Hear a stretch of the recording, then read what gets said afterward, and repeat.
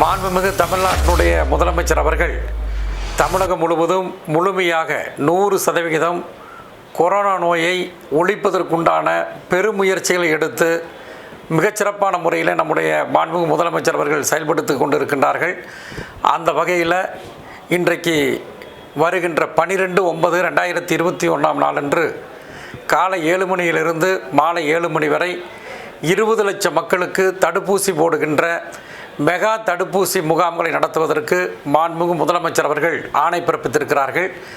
கோவையிலும் அனைத்து பகுதிகளிலுமே இந்த மெகா தடுப்பூசி முகாம்கள் நடைபெறவிருக்கிறது.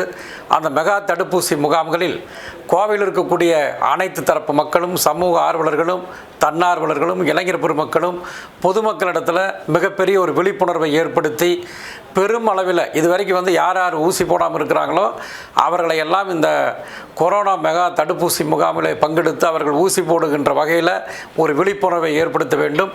இந்த விழிப்புணர்வை ஏற்படுத்துவதற்கு மக்களுக்கு உதவிக்கரம் நீட்டுகின்ற வகையில், மக்களுக்கு உதவி செய்கின்ற வகையில் கோவை மாநகர் கிழக்கு மாவட்ட கழகத்துடைய அனைத்து நிர்வாகிகளும் மக்களை அந்த மெகா கொரோனா தடுப்பூசி முகாமில் பங்கெடுத்து ஊசி போடாதவர்கள் போடுவதற்குண்டான அந்த முயற்சிகளை மேற்கொள்கின்ற பணியில் கழக நிர்வாகிகள் அத்தனை பேரும் இணைந்து ஒருங்கிணைந்து பணியாற்ற வேண்டும் என்று மாநகர கிழக்கு மாவட்ட திராவிட முன்னேற்ற கழகத்தின் சார்பில் கேட்டுக்கொள்கின்றேன்.